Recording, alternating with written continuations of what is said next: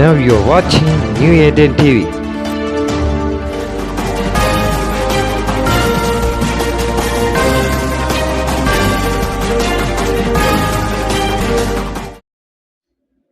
எனக்கு அன்பான சகோதர சகோதரிகளே, ஆண்டவராக இயேசு கிறிஸ்து நாமத்திலே உங்கள் அனைவரையும் வாழ்த்தி வரவேற்கிறேன்.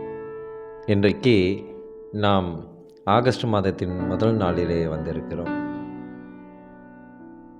கடந்த ஜூலை மாதம் முழுவதும் ஆண்டவர் அவருடைய ஜீவனுள்ள வார்த்தை மூலியமாக நமக்கு மிகுந்த சமாதானத்தை தந்தார். அதற்காக நன்றி செலுத்துவோம்.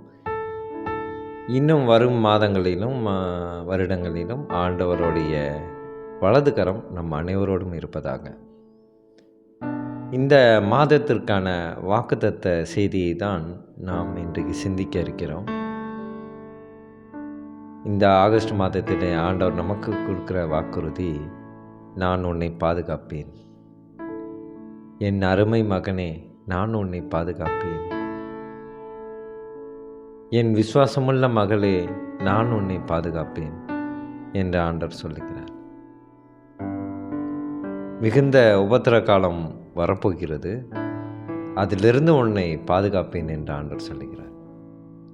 எனக்கு பிரியமானவர்களே, இப்போது கூட கடந்த 2 நாளாக இந்த கேரளா மாநிலத்திலே வரும் வெள்ளப்பெருக்குகளை நீங்கள் அறிந்திருப்பீர்கள். அப்படிப்பட்ட ஆபத்திலையும் ஆண்டவர் தப்புவிக்க தன்னுடைய தூதர்களுக்கு கட்டளையிடுவார். ஒருவேளை இந்த தமிழ்நாட்டிலே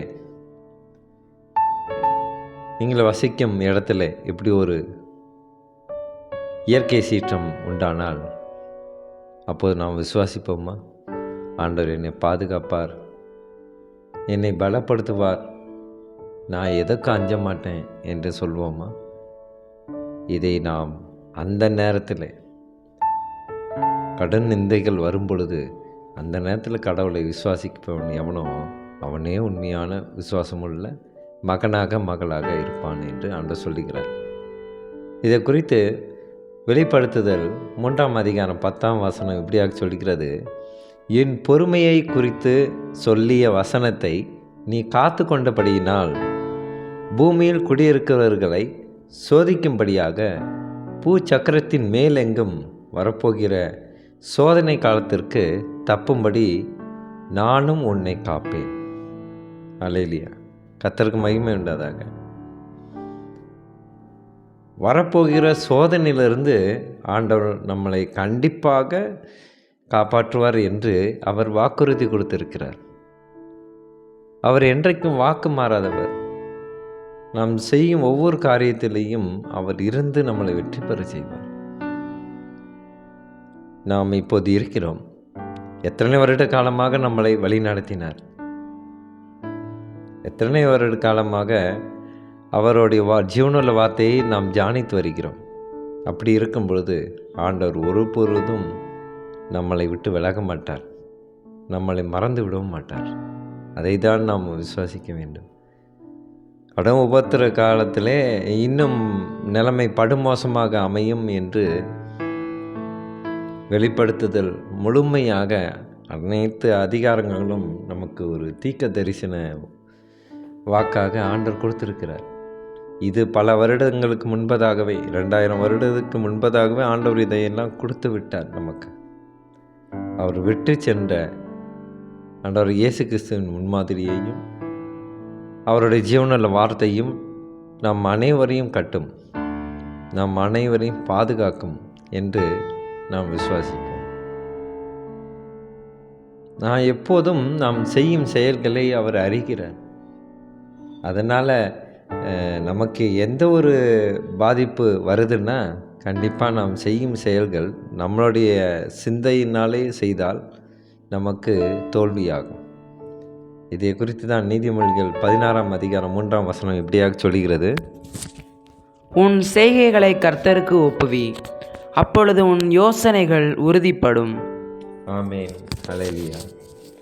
உன் செய்கைகளை கர்த்தருக்கு ஒப்புவி. நாம் கர்த்தரிடத்தில் ஒரு செயலை செய்வதற்கு முன்பதாக நாம் அவரிடத்தில் கொண்டு சென்றோமா? நான் இந்த வேலை செய்ய போகிறேன் ஆண்டவரே, நீர் என்னை வழி நடத்தும், இதில் எந்த ஒரு தோல்வியும் அடையாதபடிக்கு, எந்த ஒரு நிந்தைகளோ கஷ்டங்களோ வராதபடிக்கு நீர் காத்துக்கொள்ளும் என்று நான் ஜெபித்து விட்டு அந்த செயல்களை செய்கிறோமா, அப்பொழுது உன் யோசனைகள் உறுதிப்படும். எங்கு சென்றாலும் வந்தாலும் நாம் ஆபத்திலிருந்து தப்புவியும் என்று ஆண்டவரிடத்துல முதல்ல நம்ம சரண்டர் பண்ணணும். அதாவது நம்மளுடைய ஆன்மாவை முழுவதுமாக ஆண்டவருக்கு கொடுப்பது. எப்படி ஒரு ஆன்மாவில் பாதி பக்கம் வந்து உலக காரியத்துக்கும் மீதி பாதி பக்கத்தை மட்டும் கடவுள்கிட்ட கொடுத்தா அப்போது ஆண்டவர் ஏற்றுக்கொள்வாரா? அவர் எதை கொடுத்தாலும் எப்படி கொடுக்க சொல்கிறாரு? முழு மனதோடு கொடுங்கள். உங்கள் முழு மனதோடு, முழு சக்தியோடு, முழு சிந்தனையோடு என்னிடத்தில் வாருங்கள், அப்போது நான் உங்களுக்கு இளைப்பாறுதல் தருகிறேன் என்று சொல்லுகிறார். உலக காரியத்திலே பாதியாகவும் கடவுளுடைய சித்தத்திற்காக பாதியாகவும் இருந்தால் அதில் எந்த ஒரு முழுமை அடையாது, எந்த ஒரு செயலும் முழுமை அடையாது. இன்றைக்கு அநேகமாக உலக போக்கை நாம் ரசிக்கலாம், அது ஏதோ ஒரு சொர்க்கம் போல் நமக்கு உணரலாம். ஆனால் அதெல்லாம் அழியக்கூடிய பாதை. அப்போது அழியக்கூடிய பாதையை நோக்கியே நாம் சிந்தனை கொண்டு இருந்தால் நாம் எப்போது கர்த்தர் பாதையில் வருவது? அப்போது தான் ஆண்டவர் நான் உன்னை காப்பேன் என்று சொல்லுகிறார். எப்போது நீ என் வழியிலே பின்பற்றி என்னை கீழ்ப்படிந்து நான் சொல்லும் வார்த்தைகளை ஆலோசனைகள் கேட்டு நீ உன் வாழ்க்கையில் எடுக்கும் ஒவ்வொரு காரியங்களையும் நான் ஆசீர்வதிப்பேன். ஆனால் அப்படி என்னை பின்பற்றாவிட்டால் மிகுந்த காலத்திலே, ஆபத்து காலத்திலே அவர் கண்டிப்பாக கைவிடுவார். அவர் ஒரு வசனத்தில் என்ன சொல்லியிருக்காரு? எல்லா மக்களையும், தீயது செய்கிற மக்களை அடியோடு அழிப்பதாக ஆண்டவர் சொல்லிக்கிறார். அப்போது உபத்திர காலத்தில் ஆபத்துகள் வரும்போது நாம் அழிக்கப்படுவோமா இல்லை சேர்த்துக்கொள்ளப்படுவோமா? அந்த தீர்மானத்தை நம்மக்கிட்டே ஆண்டவர் இன்னைக்கு கொடுத்துட்டார். இந்த மாதத்திலே நாம் ஒரு உறுதிமொழியை எடுக்க வேண்டும் என்று ஆண்டவர் சொல்லிக்கிறார். எனக்காக நீங்கள் எதையெல்லாம் செய்கிறீர்களோ, என்னை நாமத்தின் மகிமைப்படுத்துவதற்கு நீங்கள் எதையெல்லாம் செய்கிறீர்களோ அதையெல்லாம் நான் கூடவே இருந்து உங்களை பாதுகாப்பேன், உங்களை பெரும் ஆபத்திலிருந்து உங்களை தப்புவிப்பேன் என்று சொல்லுகிறார். ஆனால் என்னிடத்தில் நெருங்காமல் ஆபத்து காலத்தில் என்னை கூப்பிட்டால் நீங்கள் யார் என்று எனக்கு தெரியாது என்று சொல்லிவிடுவேன். இதை தான் மத்தேயு 7ஆம் அதிகாரம் 21-22 வசனம் சொல்லியிருக்கிறது. அதை நீங்கள் வாசித்தீர்கள் என்றால் புரிந்து கொள்ள முடியும். கர்த்தாவே கர்த்தாவே உம்முடைய தீர்க்க தரிசனம் சொன்னோமே, பேய்களை ஓட்டினோமே அப்படி என்று சொன்னால் நீங்கள் யார் என்று தெரியவில்லை, நீங்கள் அக்கிரமக்காரர்களே என்னை விட்டு அகன்று போங்கள் என்று ஆண்டவர் சொல்லிவிடுவார்.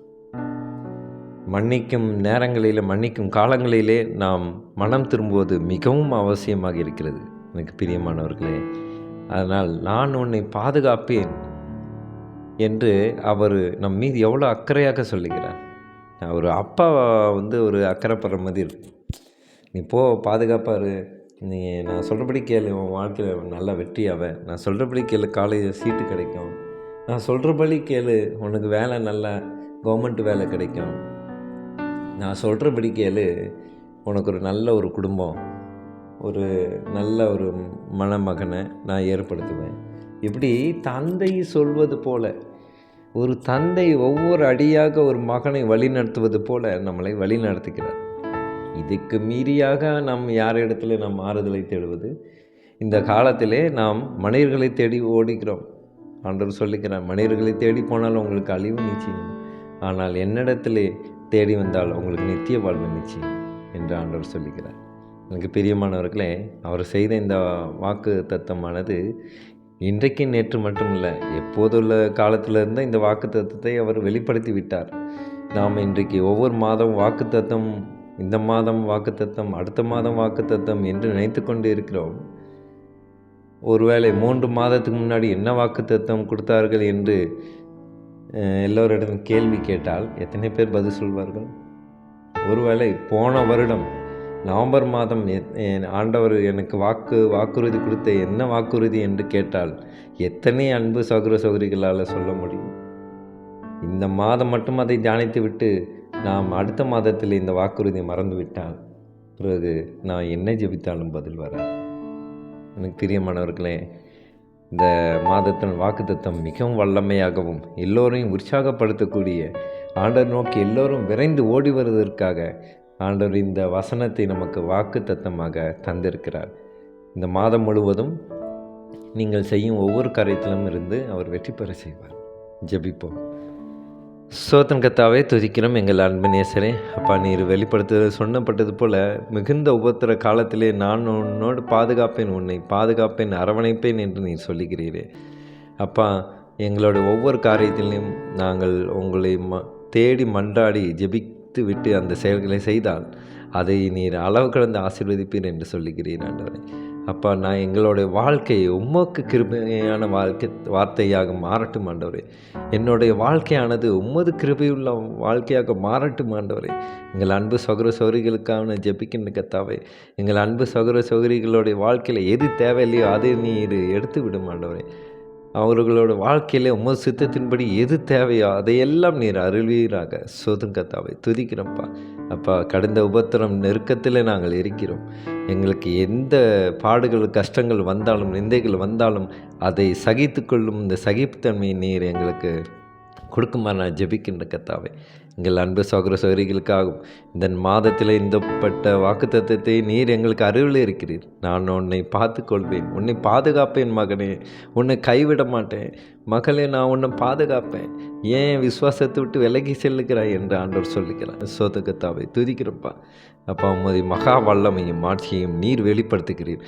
இந்த மாதத்திலே உமது வாக்குத்தத்தமானது எங்கள் ஆன்மாக்களை சூழ்வதாக. ஆமேன். ஸ்தோத்திரம் கர்த்தாவே, துதிக்கிறப்பா. எங்கள் அன்பு சகோதரிகளுக்கு இந்த மாதம் முழுவதும் அவர்களோ செய்யும் ஒவ்வொரு காரியத்திலும் நீ இருந்து வெற்றி பெற செய்யும். ஸ்தோத்திரம் கர்த்தாவே, துதிக்கிறோம். இயேசு மூலமாய் ஜெபிக்கின்றோம் நல்ல பிதாவே. ஆமேன், ஆமேன்.